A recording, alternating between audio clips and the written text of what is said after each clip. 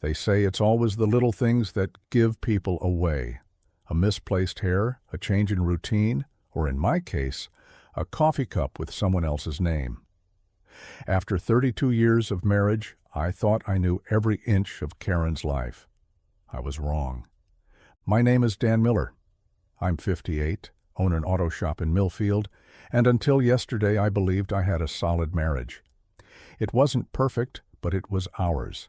At least that's what I thought before I found that coffee cup with Tom written on it, sitting in her car. One cup. That's all it took to unravel 3 decades of trust. You develop a rhythm after being with someone for so long. Karen and I met in college, married young, weathered life together. We raised 2 kids who are now grown with families of their own. Our life had settled into a comfortable pattern. Me at the shop, her at the accounting firm. Quiet dinners, weekend gardening, visits to the grandkids. Karen had been working late more often. Tax season, she'd say, though it had stretched well beyond April. I never questioned it. Trust is the foundation of marriage, right? That's what I believed. Until yesterday when I needed to borrow her car because mine was on the lift at my shop. I was just going to fill it up for her. The coffee cup was there in the center console, fresh enough that I could still smell it. Tom, written in black marker. And on the lid, a perfect lipstick imprint, the same shade Karen had been wearing when she came home late. People don't share lipstick-marked coffee cups with coworkers. I sat there staring at that name. Tom. 3 letters that hit me harder than a sledgehammer. My hands shook. 32 years of memories flashed through my mind. I didn't confront her right away. That's not my style. I've spent my life fixing things, cars mostly. You don't replace parts without diagnosing the problem first. So I decided to diagnose this situation, methodically, carefully. This is the story of how a single coffee cup led me to the truth and what I did about it. I didn't sleep that night. How could I? I just lay there listening to Karen's even breathing, wondering how many lies had passed through those lips, the same lips that had left their mark on a stranger's coffee cup. Morning came with painful clarity. I watched her routine, the same one I'd seen thousands of times. She showered, did her makeup, picked out a navy pantsuit. Nothing unusual, nothing that screamed, "I'm having an affair." She kissed me goodbye like any other day, said she'd be home around 7. I nodded, smiled even. It felt like my face might crack. "Have a good day," I said, the words tasting like ash. After she left, I placed that coffee cup on the kitchen counter, just sat it there, evidence in plain sight. Then I went to my shop, worked on cars, talked to customers, business as usual while my mind spun with questions. I've never been the jealous type, never checked her phone or questioned her friends. But now I found myself wondering about everything. When had it started? How long had Tom been in the picture? Was he from her office? Some client? A stranger she'd met somewhere? By closing time, I'd made up my mind. I wouldn't accuse without evidence. I'd learn the truth first, all of it. So when I got home, I left that coffee cup sitting exactly where she'd see it when she walked in. It was time to watch her reaction, to see if 32 years of marriage meant anything at all. Karen came home at 7:30. I was sitting at the kitchen table pretending to read the paper. Her keys hit the counter with their familiar jingle. Then silence. I looked up to see her frozen, staring at the coffee cup. "Oh, you were at Tom's Cafe?" I asked, keeping my voice casual. "I didn't know you liked that place." Her recovery was quick, I'll give her that. Just a slight hitch in her movement, a barely perceptible pause before she smiled. "Oh, that." She waved dismissively. "A colleague bought coffee for the team. I didn't even notice the name." The lie slid out so easily, 32 years together, and I'd never realized how effortlessly she could lie to my face.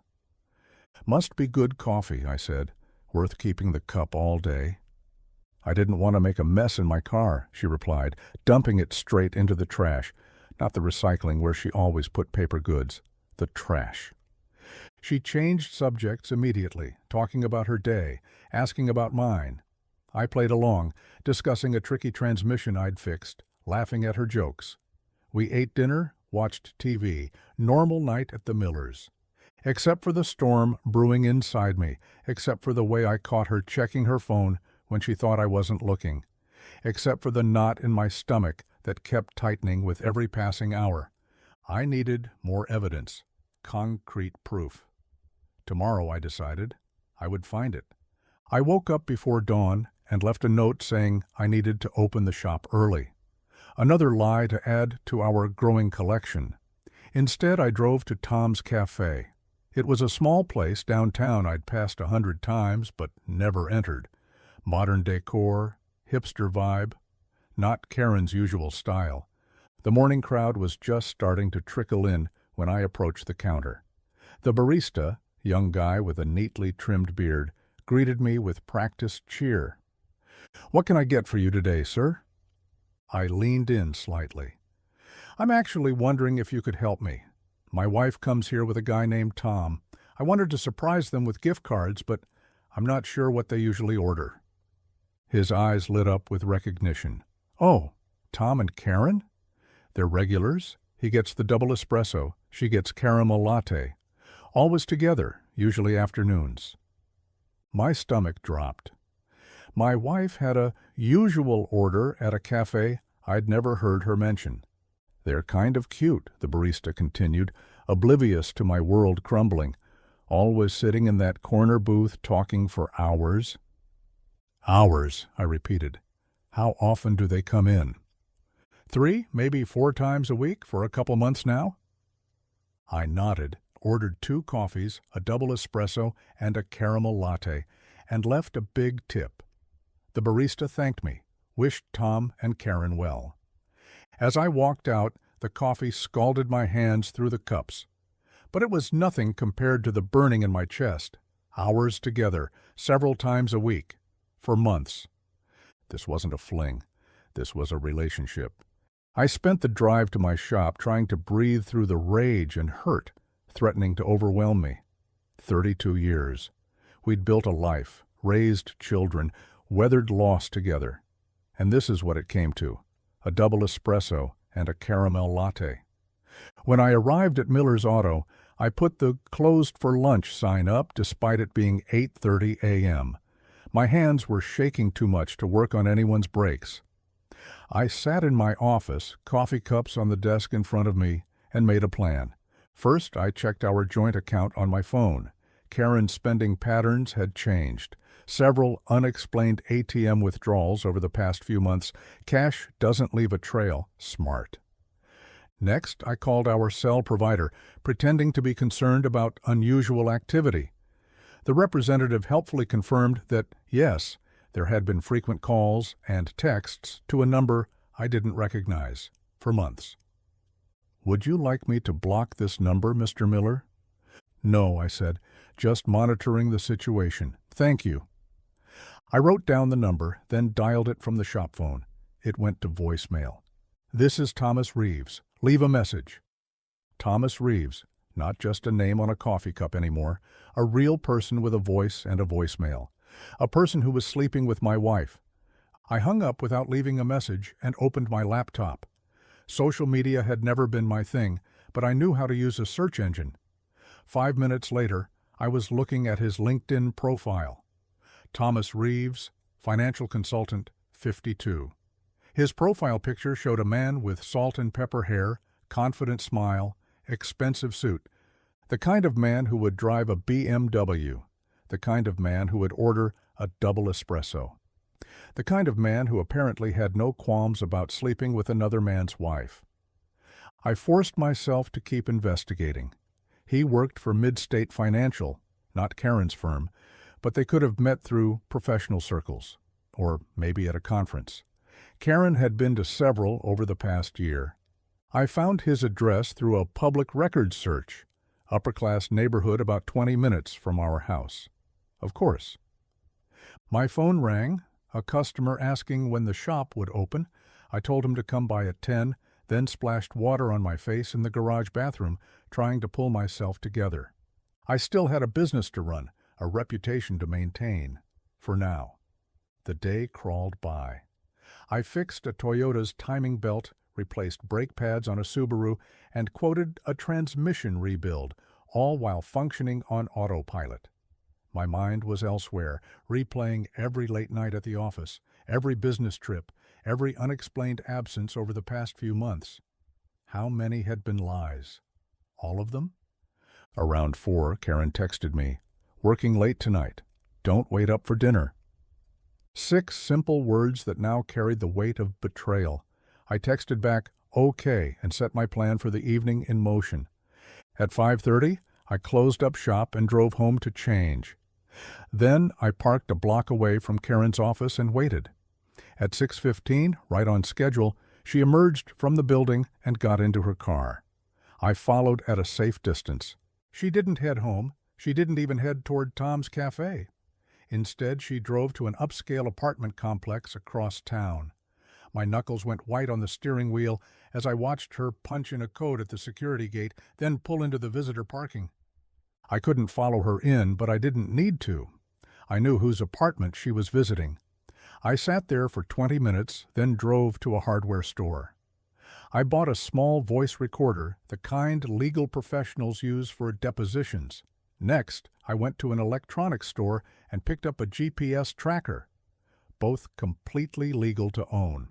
How I'd use them, that was another matter. On the way home, my phone rang. Karen.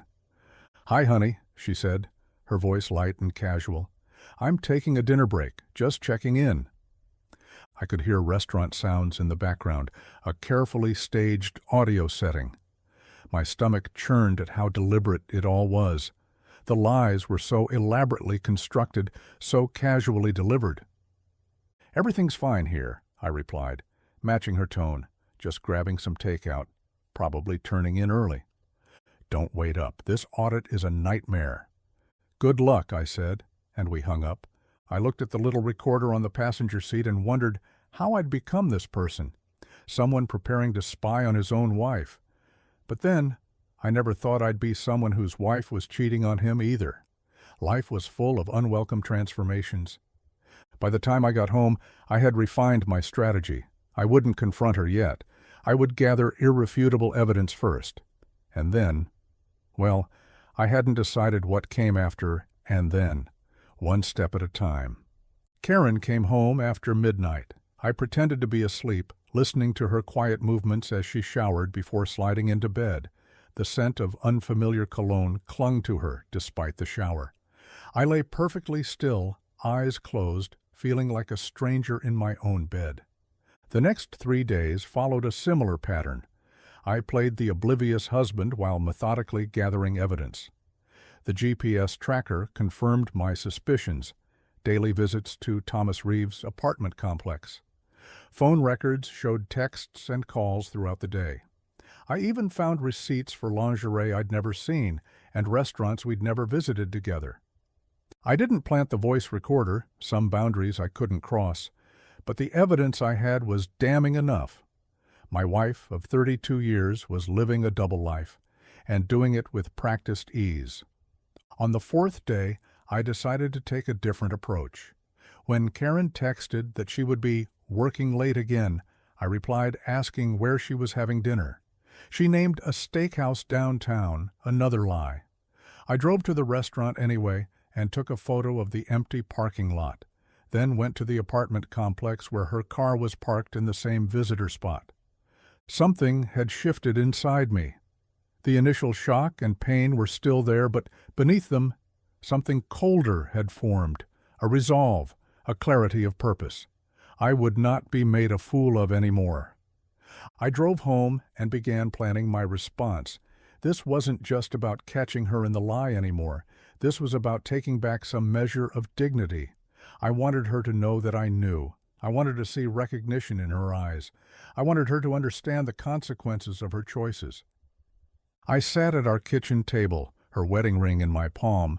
She'd taken to removing it before her late nights, and thought about the best way to end 32 years of marriage. It should be clean. Devastating, something she couldn't talk her way out of or minimize. As I turned her ring over in my hand, watching it catch the light, I realized I was done with investigations, done with following her or checking receipts. It was time for the final act, time to bring this charade to an end. I reached for my phone and made a call to my attorney. Then I drove to the grocery store for a few specific items I would need for tomorrow morning. The last breakfast I would ever make in this house. Sleep came easily that night. The certainty of action has a way of calming the nerves. Morning came with a strange sense of calm. I got up before Karen's alarm, showered, and went to the kitchen. I brewed a pot of coffee, then took out the 2 cups I'd purchased from Tom's Cafe days earlier. I'd kept them in my truck, out of sight. Now I set them on the counter and began making breakfast: eggs, bacon, toast. The scent of food cooking filled the house. Karen came downstairs at 7:15, her hair still damp from the shower, surprise evident on her face. "You're up early," she said, leaning in for her usual morning kiss. I turned slightly so her lips landed on my cheek. "Thought I'd make breakfast," I replied, sliding a plate in front of her usual chair. "Coffee?" "Please," she said, settling in, scrolling through emails on her phone. So normal, so routine. I picked up the 2 cups from Tom's Cafe and placed them on the table, one in front of her, one across from her. "Your usual, right?" "Caramel latte," I said, my voice steady. Karen froze, her fork halfway to her mouth. Her eyes darted from the cup to my face, then back to the cup. "And a double espresso for Tom," I continued, pushing the 2nd cup toward the empty seat across from her. "Though I suppose he prefers it fresh. This one's probably cold by now." The color drained from her face. "Dan, I can explain." "No need," I cut in, still maintaining that unnerving calm. "The barista was very helpful. Tom and Karen, the regulars, he called you, always sitting in that corner booth, talking for hours." I sat down across from her, ignoring the untouched food on my plate. 3 or 4 times a week, he said, for months. Her phone dinged with a notification. The screen lit up with a message preview. "Good morning, beautiful. Can't wait to see you." She lunged for the phone, but I was faster. I held it just out of reach, looking at the full message from Thomas Reeves. "Good morning, beautiful. Can't wait to see you later. Last night was amazing." I placed the phone screen up on the table between us. "Tell me, Karen, how long has it been going on? How long have you been living this double life?" Her carefully constructed world was crumbling around her. I could see it in her eyes, the realization that there was no plausible explanation, no easy lie to tell. This wasn't a misunderstanding. This was exposure. For the first time in 32 years, I had rendered my wife speechless.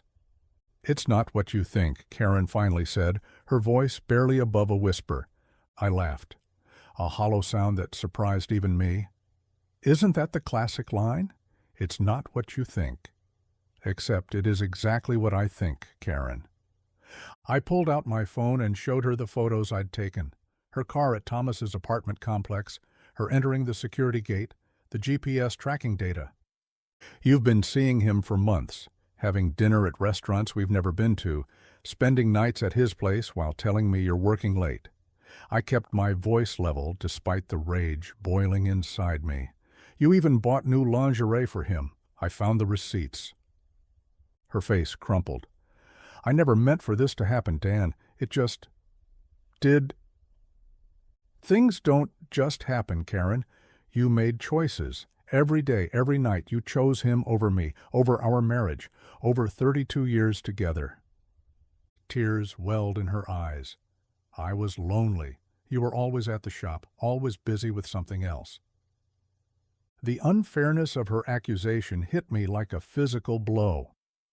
I was working, Karen, building our life, saving for retirement, our retirement, the one we planned together. "I know," she said. "I'm sorry. I got caught up in how he made me feel, important, desired." "And I didn't make you feel those things?" My voice cracked slightly, the first sign of my composure slipping. Not for a long time, she whispered. The truth of her words pierced deeper than any lie. Had I taken her for granted? Perhaps. But that didn't justify what she'd done. So instead of talking to me, instead of trying to fix things between us, you decided to start sleeping with another man. She didn't deny it, couldn't deny it. The evidence was too overwhelming. I've called a lawyer, I said, pushing back from the table. The papers will be ready today. Dan, please, can't we talk about this? Desperation crept into her voice. We can fix this. Couples therapy, a fresh start. I looked at her, really looked at her. The woman I'd loved for more than half my life. The woman who had shared my bed, raised my children, built a life with me. The woman who had betrayed it all for secret rendezvous and whispered promises. You had months to talk, Karen, months to choose our marriage. You didn't. I took a deep breath. And now, I'm choosing something else. Karen reached across the table, trying to take my hand. I pulled away. Please, Dan, she begged. 32 years. We can't just throw that away. You already did, I replied, standing up. The moment you decided to lie to me, the moment you decided he was worth risking everything we built. Her phone buzzed again, another message from Thomas. We both glanced at it. Does he know you're married? I asked. She nodded, looking down at her untouched breakfast. And he didn't care. Neither did you. I moved to the counter, picked up my coffee cup, my own, not one of the Tom's Cafe cups, and took a final sip. I've packed a bag. I'll be staying at Mike's until I find an apartment. You can have the house for now. The lawyers will sort out the rest. Dan, this isn't you, she said, tears streaming down her face now. You don't just walk away. We solve problems together. We always have. This isn't a leaky faucet or a disagreement about vacation plans, Karen. This is you living a whole separate life behind my back. I set my cup down. And you're right. This isn't me. But I'm not me anymore. You changed that when you betrayed us. I picked up my packed bag from the hallway and headed for the door. She followed, still in her bathrobe, panic rising in her voice. What about the kids? The grandkids? What do I tell them? I turned to face her one last time. The truth, for once. They'll hate me. That's not my problem anymore. Her face crumpled completely then, the reality of what was happening, what she had caused, finally hitting her full force. I still love you, she whispered. I looked at her, searching for the woman I'd spent my life with. All I saw was a stranger. No, Karen, you don't. Love doesn't do what you did. I walked out the door, down the front steps, and to my truck, without looking back. As I pulled away from the curb, I glanced in the rearview mirror. She stood in the doorway, one hand covering her mouth, watching me leave. For a brief moment, I felt a pang of doubt, of loss. Then I remembered the coffee cups, the lies, the secret life she'd built, and I kept driving. Some things can't be fixed. Some betrayals cut too deep. I took a deep breath of the morning air, my first breath of a new life. Mike didn't ask questions when I showed up at his door with a duffel bag at 8:30 in the morning. That's the kind of friendship we'd built over 40 years. He just nodded, showed me to his spare room, and said, "Beer's in the fridge. I'll be in the garage if you need me." I spent that first day in a fog, mechanically going through the motions at the shop. I called my lawyer during lunch, confirmed the paperwork was proceeding, called my bank, started the process of separating accounts, practical steps, tangible actions that kept me from drowning in the emotional undertow. Karen called 17 times, left voicemails that grew increasingly desperate, sent texts that I couldn't bring myself to read. I blocked her number by mid-afternoon. That evening, I sat in Mike's garage while he worked on his vintage Mustang, nursing a beer, staring at nothing in particular. He didn't push me to talk, just handed me tools, occasionally, letting the familiar rhythm of mechanical work fill the silence. "I'm getting divorced," I finally said, somewhere around my third beer. Mike nodded, wiped his hands on a rag. Figured it might be something like that. 32 years, I said, my voice hollow. Down the drain. Not down the drain, Mike countered. Still happened. Still counts. I considered this as I took another sip of beer. She was having an affair. Mike's face darkened. He'd been through his own divorce years ago for different reasons. He understood the humiliation, the questioning, the self-doubt. Her loss, he said simply. 2 words. That was all he offered, but somehow they were exactly what I needed to hear. Not empty reassurances that I'd be fine or that there were other fish in the sea. Just a straightforward acknowledgement that Karen had thrown away something valuable. I nodded, feeling the first hints of something like acceptance begin to form. The next 2 weeks passed in a blur of paperwork and awkward phone calls.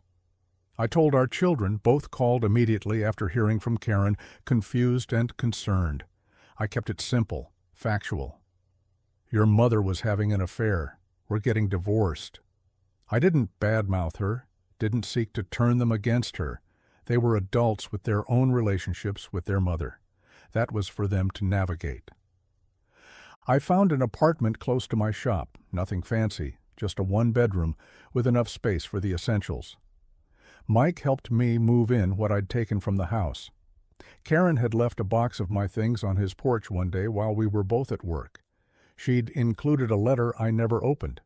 Thomas Reeves called me once. I'm still not sure how he got my number. I want to explain, he started. I cut him off. There's nothing to explain. You knew she was married. You did it anyway. End of story. I hung up and blocked his number too. My shop became my sanctuary. I threw myself into work, staying open later, taking on more complex jobs. There's something therapeutic about fixing what's broken, about making something run smoothly again. Cars make sense. They have problems with clear solutions, unlike marriages. The nights were the hardest. 32 years of sleeping next to someone creates habits that don't break easily. I'd reach across the bed sometimes, half asleep, expecting to find her there. The emptiness was a reminder, a fresh wound each time. But slowly, almost imperceptibly, things began to shift. The pain didn't exactly lessen, but it changed form, from a sharp, constant agony to a dull ache I could function around.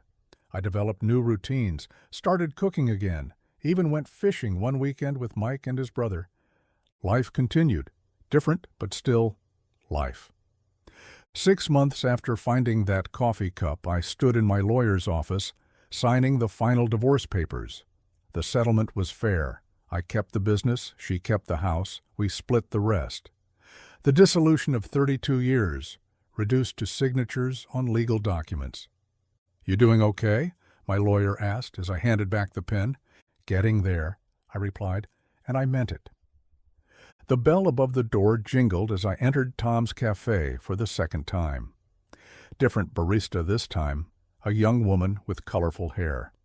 The place was quiet, late afternoon lull. What can I get for you? She asked. Just a regular coffee, please. Black. As she prepared it, I looked around the cafe, wondered which corner booth had been theirs, wondered which tables had witnessed their whispered conversations, their secret plans. 6 months ago, I would have been consumed by those thoughts, devoured by anger and betrayal. Now, I just felt tired, and maybe a little sad. Here you go, sir, the barista said, sliding the cup across the counter.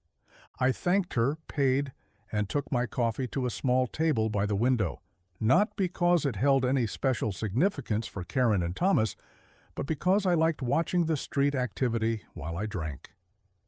My phone buzzed with a text from my daughter. Grandkids miss you. When are you coming to visit? Attached was a photo of my grandson's gap-toothed smiles and sticky fingers. I smiled and typed back, how about next weekend? Life moves forward, whether we're ready or not. That's the thing about betrayal. It changes you, marks you, but it doesn't have to define you. I took a sip of my coffee, letting the bitterness wash over my tongue. It was good coffee. I could see why the place was popular. I finished my drink, disposed of the cup, and walked out into the afternoon sun. I had a transmission waiting for me at the shop. It wouldn't fix itself. And neither would I. But I was working on it one day at a time.